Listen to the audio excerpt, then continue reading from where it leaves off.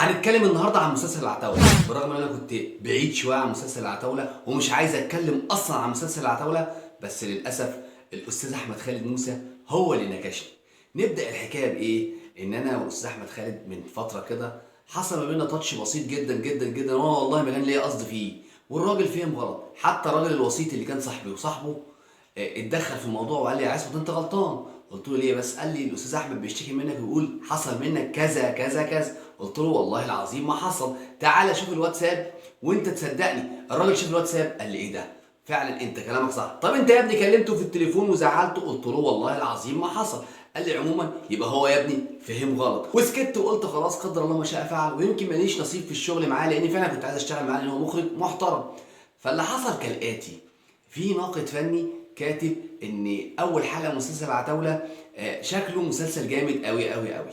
فانا كراجل فنان ودرست تمثيل ودرست اخراج ودرست سيناريو انتقدت بطريقه كده لطيفه، فانتقدت انتقاد شيك جدا وكتبت له في كومنت: بس انا ملاحظ حاجه، هي دي حلقه في مسلسل ولا شريط كوكتيل مهرجانات؟ الاغاني كتيره قوي بكل ذوق وبكل ادب. فلقيت رياكت ها ها ها ها. فانا قلت يمكن يكون الناقد ده مثلا عجبته الكلمه او مصدقني او بيعمل اي حاجه، او حد تاني شافها فبيعمل كده، فانا عادي. فلقيت الرياكت من مين؟ من الاستاذ احمد خالد نفسه. هو اللي نكشني مش انا اللي نكشته. يا استاذ احمد انا راجل بفهم فن، انت تقوم عامل رياكت ها ها ها، فانت كده مفكر او انت كده بتتريق على الكومنت بتاعي.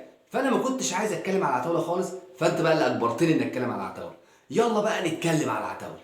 السلام عليكم ورحمه الله وبركاته. مبدئيا كده صلي على النبي، اشترك في القناه اول مره تشوفني، فعل الجرس، ولو عجب الفيديو اديني كومنت.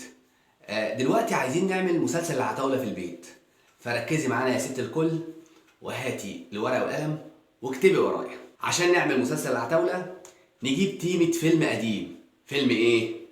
الامبراطور.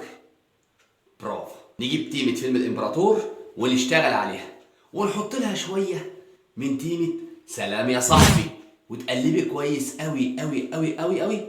ولازم بقى تظبطيها باهم تيمة لفيلم ايه يا حماده؟ فيلم ايه يا محمد عصمت؟ والله انت بتفهم، والله اللي قال فعلا المشبوه بيفهم. فعلا نحط تيمة فيلم المشبوه مع تيمتين اللي احنا قلناهم قبل كده بتاعت سلام يا صاحبي والامبراطور، ونقلبهم كويس جدا جدا جدا جدا جدا، ونجيب الاستاذ هشام هلال عشان يكتبها.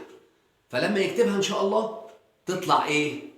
تطلع مسلسل ملوك الجدعانه. والغريب في الامر يا سيدي ان مسلسل ملوك الجدعانه انتاج استاذ صادق الصباح واخراج استاذ احمد خالد موسى برضه. الله، يعني انت يا استاذ احمد بتنحت شغلك؟ نقوم جايبين الاربع تيمات دول ومقلبينهم كويس جدا جدا جدا جدا ونحطهم في الفرن لمده 30 حلقه، يطلع لنا العتاوله. هتلاقيه كده طالع ايه؟ مصفر كده وجميل. هتلاقي الاستاذ احمد السقا وشه مصفر، والاستاذ طارق لطفي وشه مصفر، والاستاذه دينا مصفره، والاستاذ باسم سمره مصفر، وكله مصفر في مصفر وحاجه ايه؟ عسل. فانا جاي لكم من بعيد، يعني انا جاي لكم من بعيد اهو بقول لكم ان يمكن في الحلقات الاخيره نشوف استاذ طارق لطفي مات، يعني هو اكيد، لان الثلاث تيمات دول الثلاث ابطال بتوعهم ماتوا. يعني في الامبراطور محمود حيدر مات، في سلام يا صاحبي سعيد صالح مات، في المشبوه برضه سعيد صالح مات. فاكيد اكيد انا بقول لكم اهو ان يمكن بنسبه 90% طارق لطفي هيموت. والحاجه بقى الجميله قوي اللي انا شفتها في الحلقه الثالثه وبجد بتكلم فيها مع استاذ احمد خالد موسى: يا استاذ احمد هو انتوا ما عندكوش حكومه؟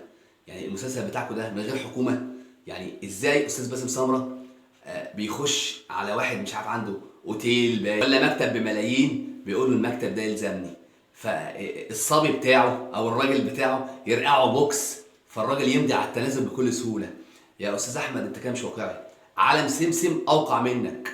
يعني هو مفيش حكومه في البلد، مفيش كاميرات بتتفرغ، مفيش اي حق بيرجع لاصحابه؟ يا راجل ده احنا عندنا خناقه قامت من يومين بسبب ان راجل اخدوا منه 20 جنيه يعملوا زينه وما علقوهاش. قامت خناقه جامده يعني انت ازاي تاخد مني 20 جنيه وما تعلقش الزينه؟ والراجل يقول له والله العظيم جبتها بس بروح الشغل ومش فاضي اعلقها. يقول له ماليش فيه، وكانت خناقه وقعده وبنحلها عشان خاطر 20 جنيه. والراجل 20 جنيه؟ انا ما بتكلمش ب 20 جنيه، انا بتكلم ازاي ما قدرنيش وازاي ما علقش الزينه. حوار كبير قوي عشان خاطر 20 جنيه. انت جاي لي في مكتب بملايين اتاخد منه بوكس. طب انا راضي ذمتك انت يا استاذ احمد لو انا جيت واديتك بوكس كده وقلت لك ايه، اكتب المسلسل ده اخراج محمد عصام، هتعمل فيها ايه؟ يعني خليك حط نفسك مكان الممثل اللي انت ضربته هتعمل ايه؟ مش هتسيبني. حكومه بقى وحوارات وحقوق ملكيه فكريه وهتشحورني في المحاكم. فيا استاذ احمد بعد اذنك، واستاذ هشام بعد اذنك، اكتبوا حاجات واقعيه. يعني اكتب حاجه كده تكون واقعيه، وبرضه يعني ما ينفعش تنحت شغلك. وقبل كده قلت لك يا استاذ احمد لو عايز ورق من غير نحت والله موجود عند العبد لله. فانت برضه اللي نكشتني انك اتكلم عن مسلسل العتاوله. خلاص انا دلوقتي جاي لك اهو من المستقبل وبقول لك اللي جاي ايه. فعشان كده والله العظيم ما كملتش المسلسل. وعلى فكره والله ما بتكلم ان في مشاكل او ان انا بعمل الفيديو ده عشان انا متضايق، والله ابدا، بالعكس الارزاق بالله. وانا مقتنع ان رزقي هاخده، ومقتنع ان هشتغل اقتناع كبير، لان انا سعيد جامد جدا ورتبت نفسي جامد جدا. واقف في لوكيشن، اكل لوكيشن الحمد لله. بس هو نصيب، لسه ربنا ما شاورش عليا، واول ما ربنا يشاور عليا هبقى موجود. بس انا بكلمك كده كمخرج، انت مخرج عبقري والله العظيم، انت مخرج عبقري. بس كاختيار لا، اختيار مش عبقري خالص. انا المخرج بالنسبه لي مش كادرات وان توجيه ممثل بس او اختيار موسيقى، لا، اختيار نص. ما هي دي بقى ايه فهلوه المخرج الشاطر، يعني ازاي اجيب نص جامد عشان اخرجه. لكن الحاجات دي انت عارف سهله يا استاذ، والمخرج المنفذ معاك ومدير تصوير جامد واضاءه وبتاع، الموضوع بيتلم. لكن اختار نص خلاص. انا بس مش هقطع والله العظيم، يعني مش جاي اقطع، انا بس بقول لك ان انا بفهم دراما كويس والحمد لله. بس المسلسل بتاعك مش حلو والله العظيم، بعيد عن اي مشاكل. المسلسل بتاع العتاوله مش حلو خالص. اللي عايز يتفرج عليه يتفرج عليه. انا اصلا ما بتفرجش عليه بصراحه والله، عشان وما بتفرجش عليه مسلسل خالص. انا بتفرج كده ايه تخطيف عشان شغلي. في حاجه برضو حضرتك قلت عليها على صفحتك، قلت ان انت ترند رقم 1 في المشاهده يا استاذ احمد. من حوالي 6 سنين كده بالظبط كان في مسلسل اسمه صد رد. اعتقد انت مش فاكر ابطاله مين. كان قصقص وعلي ربيع. كان برضو ترند رقم 1. ليه؟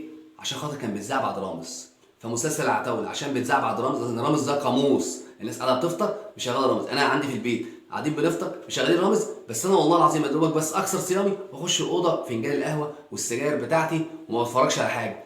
فين وفين كده لما بلطش كده ايه مشاهد من كل مسلسل وبتاع. ففي مسلسلات وحشه قوي هنتقدها، وفي مسلسلات حلوه قوي هتكلم عنها. يعني مثلا اعلى نسبه مشاهده بيقدم درس في التمثيل الكبير قوي، احمد مكي عامل فيه حاجه مختلفه جدا، بيقدم فيها مدرسه جديده جدا.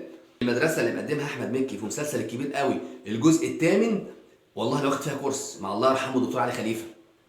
واخد فيها كورس تمثيل مع الدكتور علي خليفه. وكنت بقول ايه الكورس ده ازاي يعني تمثل وانت بتسمع بس.